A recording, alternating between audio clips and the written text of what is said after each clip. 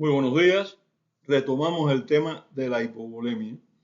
Continuamos con las manifestaciones clínicas que dependen de una serie de factores, o sea, los síntomas y signos que aparecen en el caso de hipovolemia dependen de una serie de factores que vamos a enumerar y después entramos a analizar. En primer lugar, la cantidad de líquido intravascular que se pierde. En segundo, la rapidez con que se pierde este líquido. En tercer lugar, la composición del volumen de líquido perdido. Si tiene solamente agua, si son agua y electrolitos, si es sangre total. En cuarto lugar, la respuesta vascular. En quinto, la respuesta renal. Y en sexto, las manifestaciones de enfermedad que causa la hipovolemia. Estos son los mecanismos, los factores que tienen que ver con los síntomas. Puede ser que un paciente con hipovolemia tenga poca o ninguna manifestación clínica. ¿Cuándo ocurre esto? Cuando la hipovolemia se instala lentamente y no es de gran magnitud. Si la contracción de volumen es lenta y menor de un 5% del volumen de sangre, la persona perdió líquido intravascular pero no se siente nada, está asintomático completamente, puede que no presente alteraciones en el examen físico, puede que estas alteraciones sean mínimas, por ejemplo, le toma el pulso y le encuentra una frecuencia cardíaca un poquito alta, le mide la presión y la tiene un poquito baja y dice, bueno, esto no es normal, esto es normal completamente, la presión ahí, límite inferior, el pulso un poquitico acelerado, pero no tiene nada que ver, está dentro de lo normal. Y esa persona puede tener una pérdida de volumen intravascular menor de un 5% y que se ha producido en un espacio de tiempo un poquito más largo. Pero es difícil de diagnosticar, ¿eh? Eso no es algo que se puede diagnosticar con facilidad. Cuando la pérdida de volumen líquido ya pasa de un 5%, entre un 5 y un 15% del volumen de sangre total, aparecen las primeras manifestaciones. ¿Cuáles son? Puede comenzar con manifestaciones no específicas. Por ejemplo, debilidad, calambres musculares que están relacionados con la hipoperfusión de los músculos, pero también están relacionados con la pérdida de algunos electrolitos, mareos que empeoran con los cambios de posición. La persona está sentada y cuando se pone de pie, sobre todo rápidamente, aparecen mareos. O está acostada y cuando se levanta aparecen mareos. Esto tiene muchas causas. No vaya a pensar que es por hipovolemia nada más, pero aparecen los pacientes con hipovolemia cuando la cantidad de líquido perdido es entre un 5 y un 15% del volumen de líquido que debe haber dentro del vaso sanguíneo, o sea, del volumen que tiene que haber en la sangre, no tiene que ser sangre sola. Estos síntomas se producen por mecanismos relacionados con la disminución de la cantidad de sangre que llega hasta el cerebro también, con la hipoperfusión cerebral. La sed es un síntoma muy frecuente y muy precoz, aparece rápidamente al inicio. ¿Por qué? Porque es un mecanismo de compensación para la cantidad de volumen perdido. Tenemos mucha sed, bebemos mucha agua y es más intenso si el plasma está hipertónico, o sea, en los casos que se pierde más agua que electrolito, o en los casos en los que hay una enfermedad que va a producir una cantidad de sustancias, por ejemplo, que hablábamos ya de la diabetes también. La sed es más rápida y es más intensa. La sed es un mecanismo de compensación. Es un síntoma, pero es un mecanismo de compensación, un síntoma por mecanismo de compensación. Los demás eran por hipoperfusión, los que mencionamos, como el mareo cuando la persona se pone de pie o cuando está sentada y se levanta. Y los calambres también, la debilidad, son síntomas de hipoperfusión cerebral y también un poco de hipoperfusión muscular. Pero en este caso, la sed es un mecanismo de compensación. Como hallazgos clínicos tenemos frecuentemente la taquicardia, o sea, aumento de frecuencia cardíaca por encima de 100 latidos por minuto, la hipotensión, sobre todo si es ortostática, ¿qué quiere decir ortostática? Bueno, hipotensión es hipo bajo, tensión, la presión arterial. La presión arterial baja sobre todo cuando la persona está de pie o sentada. La persona acostada tiene la presión bien. Se sienta o se pone de pie, la presión baja considerablemente. ¿Por qué? Porque son síntomas característicos por los mecanismos de compensación y por la hipovolemia. Y si medimos la presión venosa central, que eso para medirlo tiene que ser con un catéter situado dentro de una vena profunda para poderla medir, esto también está baja. Es un mecanismo muy importante en caso de hipovolemia para poder determinar la cantidad de volumen que se debe pasar. Pero esto se hace con un paciente hospitalizado. Esto no es ambulatorio, ni se hace en la casa, ni mucho menos. Si la hipovolemia es entre un 10 y un 20%, ya la situación empieza a empeorar. Aparece cianosis periférica. ¿Qué es la cianosis? La cianosis es una coloración de ciano azul, en latín, una coloración azulada de los pies y las manos. Ya cuando ve una persona que está quejándose de palpitaciones, que tiene la presión arterial baja, que cuando se pone de pie o se sienta aparece mareo, y que tiene extremidades, la parte de los dedos, y pies y manos, con una coloración un poquito azulada, ya la pérdida de volumen está por encima del 10 y por debajo del 20%. Las extremidades también están frías y la conciencia de la persona disminuye por hipoperfusión cerebral. La persona está más o menos consciente, pero puede decir alguna cosa que no es correcta, puede no darse cuenta de algunas cosas, o sea, hay trastornos de funcionamiento cerebral. Si se pierde más volumen, más de un 20%, o el volumen puede ser de un 10 a un 20, pero se pierde con mucha rapidez, puede aparecer el estado de shock. El estado de shock es una insuficiencia circulatoria periférica que es bastante extenso, no vamos a meternos en esto, pero solo para que lo sepan. Y el shock puede aparecer en estos casos. Los síntomas de deshidratación pueden aparecer en algunos casos, pero no son síntomas fiables de hipovolemia. Se puede tener deshidratación sin hipovolemia o hipovolemia sin deshidratación. No son lo mismo.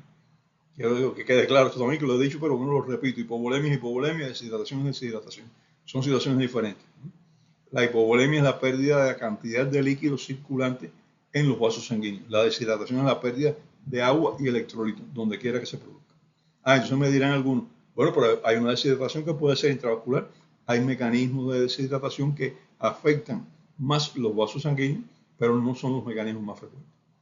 Generalmente, bueno, no voy a meterme a volver a hablar de deshidratación, hablamos de eso, ¿no? El síntoma, o sea, el signo más confiable de todos es la presión venosa central disminuida. Pero esto tiene que hacerse en un hospital, un paciente con un catéter colocado en la vena profunda y medirla. Y a veces no aparece. Puede no aparecer también, pero generalmente sí es el síntoma más fiable. En laboratorio podemos encontrar valores de hemoglobina bajas en caso de un sangramiento que lleve un rato ya. Pero si el sangramiento es agudo, muy agudo, entonces no puede ser que la hemoglobina no haya bajado. Vamos a hablar de eso. Si encontramos albúmina baja en los análisis de laboratorio en el plasma, puede deberse a enfermedad renal. Ya mencionábamos esto también, que hay enfermedades renales que cursan con disminución de la albúmina, caen las fuerzas de Starling, sale el líquido de los vasos sanguíneos y aparece hipovolemia. En caso de pacientes con quemadura, se pierde albúmina por las quemaduras también, se pierde agua, se pierde electrolitos y se pierde albúmina. Y esto también lleva a un estado de de hipoperfusión tisular causado por hipovolemia.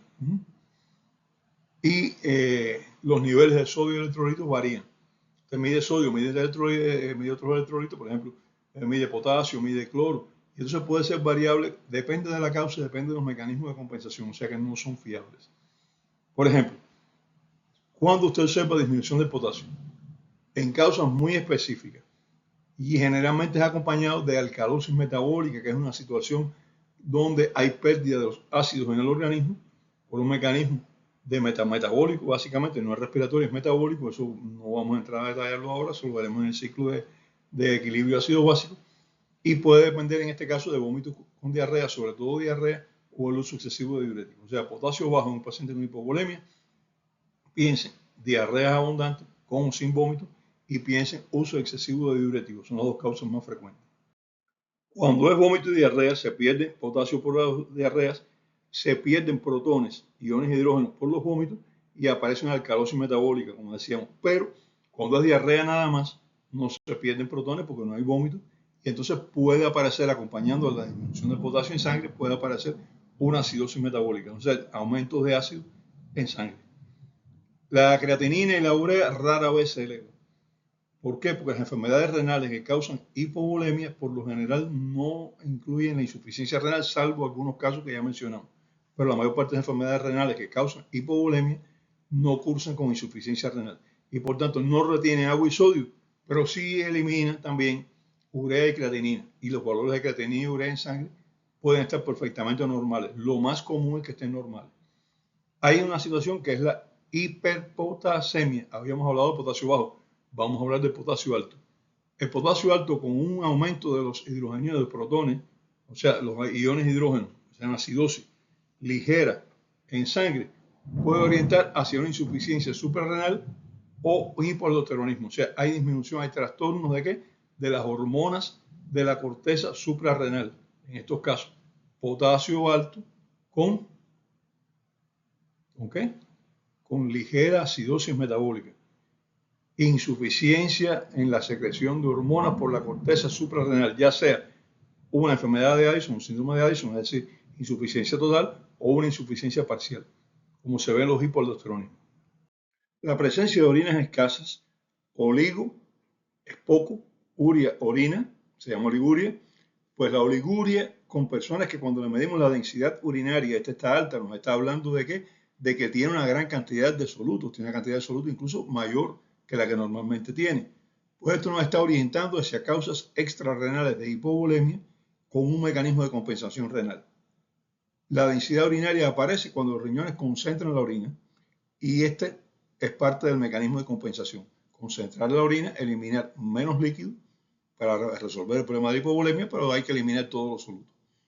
Las enfermedades renales con eliminación de sodio pueden concentrarla, pero aparece mayor volumen de orina. Es la diferencia.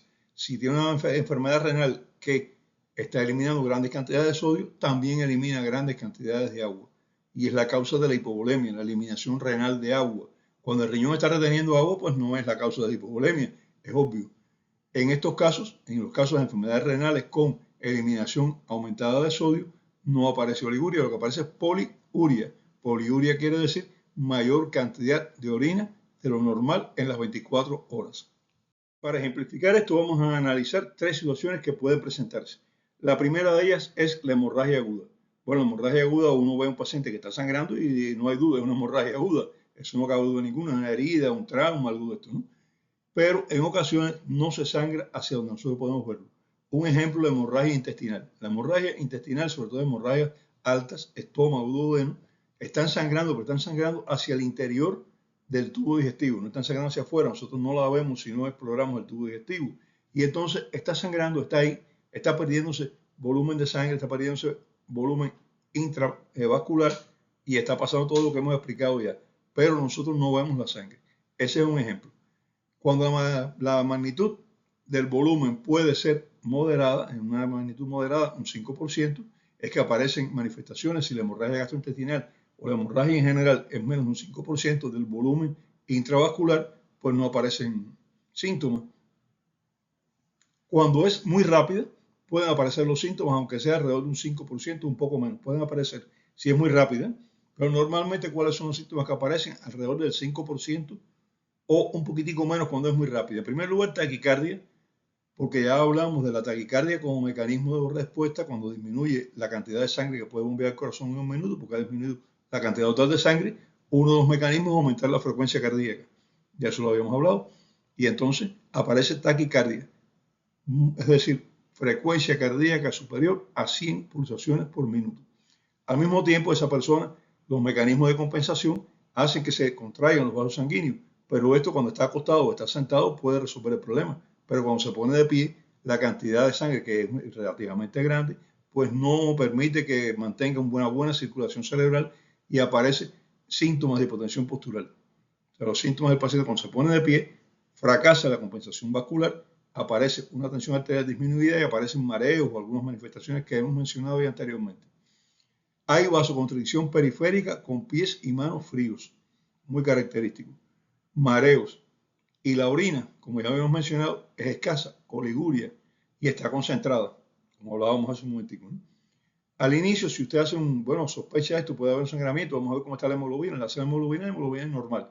¿Por qué? Porque todavía no ha pasado el líquido pertinente del espacio intersticial hacia el espacio intravascular. Y la concentración de hemoglobina en el espacio intravascular todavía es normal. De los mecanismos de compensación, al inicio, predomina la respuesta adrenérgica, la respuesta simpática adrenérgica por adrenalina. Y esta tiene vasoconstricción, por eso aparece lo que ya habíamos mencionado, taquicardia y frialdad. Y si se pidiera la aspiración venosa central, que es un poquito difícil, eso no se puede hacer si no es con el paso de un catéter hacia el interior de una vena profunda, de la vena cava, por ejemplo, y entonces, si se midiera la presión venosa central, nos encontraríamos que esta está baja. ¿Por qué? Porque hay una disminución del volumen circulante. A medida que el agua va pasando del espacio intersticial para el intravascular, se recupera el volumen intravascular, pero la hemoglobina y el hematócrito entonces es que disminuye, cuando ya está pasando agua, no antes. He visto más de un caso así. Y si el sangramiento es dentro del intestino, no se observa la salida de sangre. Como ya había dicho, el paciente se recupera un poco por los mecanismos de compensación y dice, bueno, médico, me siento mejor. Y entonces a veces incautamente le decimos, puede ir para la casa, y entonces se complica porque en la casa vuelve a sangrar y ya es más complicado.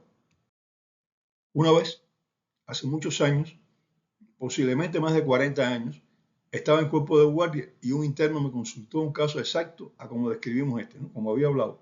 Un hombre de casi 40 años, campesino, estaba trabajando en el campo, pero cuando yo lo vi ya estaba recuperándose. Él tuvo un desmayo, tuvo caída al suelo, la frecuencia cardíaca estaba elevada, la presión arterial cuando llegó estaba baja y entonces empezó a pasar líquido de espacio intersticial intravascular y cuando ya yo lo vi estaba más recuperado, la presión arterial estaba todavía un poquitico baja, pero se había recuperado, él se sentía mejor, no tenía casi síntomas y quería irse. Pero le dije, vamos a hacer un lavado gástrico antes de irse, ¿no? No sé por qué, fue una especie de intuición, vamos a hacer un lavado gástrico, vamos a ver si hay un sangramiento intraabdominal, un sangramiento digestivo alto. Estuvo de acuerdo, le hicimos, pasamos la sonda de Levin y cuando revisamos salió sangre. Diagnosticamos un sangramiento digestivo alto que estaba en ese momento compensada la hipovolemia por el paso de líquido del espacio intersticial hacia el espacio intravascular. Pasada una semana, las cosas, lo que nosotros llamamos a veces la ley de la serie, a la semana siguiente, un caso idéntico, y entonces ya los internos que lo vieron, este es el caso igual que el de la semana pasada, vamos a pasar a la sonda de Levin, y cuando me llamaron ya estaba diagnosticado. Y a la semana siguiente, otro caso igual. Esto parece increíble, pero son cosas que se dan en la medicina. La ley de las series. Cuando aparece un caso con una enfermedad, cuidado, porque pueden aparecer más de uno. Y todos eran hombres jóvenes de mediana edad. Yo ahora digo joven porque, bueno, les llevaría más de 30 años. Recuerdo otros dos casos por sangramiento oculto, en este caso dentro del abdomen. Uno en Cuba a inicios de los años 80 y otro en Trinidad y Tobago en 2005. En ambos mujeres jóvenes que llegaron a cuerpo de guardia por una sesión de desmayo, habían tenido una lipotimia, una fatiga, tenían taquicardia y tenían hipotensión postural, es decir, estaban acostadas, estaban asintomáticas completamente, la presión estaba normal, siéntela. Cuando la sentaba la presión caía y aparecía un poquito de mareo. Por lo demás, no había muchos más síntomas. Incluso en la de Trinidad y Tobago recuerdo que ya la mujer, no médico, estoy mucho mejor, me la dejó un médico que estaba anteriormente, no, estoy mucho mejor, yo creo que ya se me pasó. Y no, cuando examinamos, hicimos el diagnóstico en los dos casos de medicina, el que yo vi siendo médico en Cuba y el que vi en Trinidad y Tobago, en los dos casos se hizo punción abdominal, se encontró que tenían un sangramiento dentro del peritoneo, las dos eran por embarazo ectópico roto, se enviaron a ginecología los operó y en ambos casos la cantidad de sangre peritoneo era de aproximadamente 3 litros. Una hipovolemia severa. Si llegan a ir para la casa, podrían haber fallecido. Bueno, mis amigos, vamos a dejar las otras dos situaciones hipotéticas, las situaciones hipotéticas, pero los casos que vamos a narrar son reales para el próximo programa. Porque me imagino que ya están un poquito cansados. Hasta el próximo programa. Nos vemos.